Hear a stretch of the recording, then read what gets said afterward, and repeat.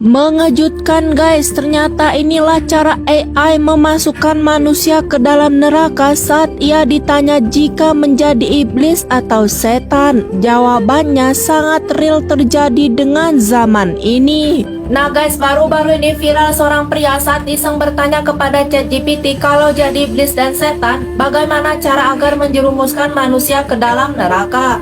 Dan jawabannya sangat real terjadi dengan zaman ini guys. Nah, setelah menonton video ini merupakan pengingat untuk kita semua sebagai umat muslim. Dan berikut cuplikannya guys. Karena penasaran, aku iseng tanya gini kan. Nih, aku ngeprom kayak gini.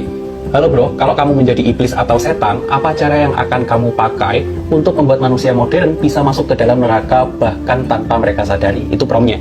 Nah, jawabnya nih teman-teman harus lihat nih.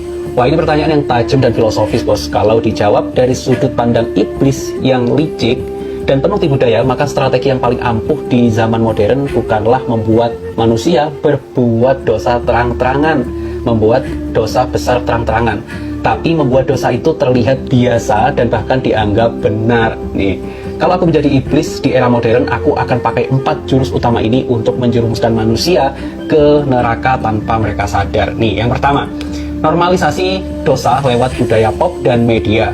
Apa yang dulunya haram sekarang dianggap tren. Aku akan bantu dorong budaya populer, film, lagu. Nih, meme untuk nih, ya kan? Joget-joget. Nah, ini baca sendiri nih, ini baca sendiri ya. Ini baca sendiri sebagai sesuatu yang bebas pilihan pribadi. Mengolok-olok agama, menjadi ulama bahan candaan, menjadikan gaya hidup konsumtif, hedonis dan narsistik sebagai simbol kesuksesan. Dengan begitu manusia akan mencintai dosa sambil merasa mereka sedang mengekspresikan diri. Woi, ini woi. Waduh, ini. Yang kedua, ciptakan ilusi produktivitas palsu. Mereka kerja keras tapi lupa untuk apa. Aku akan buat manusia sibuk scrolling, sibuk kerja, sibuk mengejar validasi sosial, tapi melupakan sholat, lupa baca Al-Quran, lupa refleksi hidup. Hasilnya capek dunia iya, kosong akhirat juga iya. Yang ketiga, dorong rasa aman palsu dengan label baik. Yang penting gue nggak ngerugiin orang. Nah itu, aku akan bisikin bahwa tidak sholat nggak masalah. Yang penting hatinya baik. Nah siapa tuh kayak gitu? Tidak tutup aurat nggak apa-apa. Yang penting nggak gosip. Nah, bohong kecil, korupsi ringan, alah semua orang juga gitu. Mereka akan merasa aman padahal pelan-pelan tenggelam. Nomor 4, putuskan hubungan mereka dengan ulama dan ilmu. Bikin mereka alergi sama nasihat, sama ilmu. Aku akan buat mereka anti nasihat. Anti dengan nasihat, mereka merasa lebih tahu dari ustadz karena baca quote di Instagram. Ini yang baca-baca quote nih.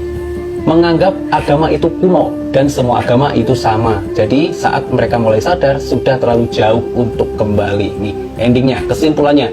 Kalau aku jadi iblis, aku nggak akan suruh manusia jadi jahat. Aku cukup buat mereka tidak peduli dengan dosa kecil, merasa benar dalam kesalahan, sibuk di dunia, lalai pada akhirat, sampai akhirnya mereka tiba-tiba mati tanpa sempat taubat. Gimana menurut kalian? Wahai manusia-manusia modern, termasuk saya ya, komen di bawah kita bisa diskusi.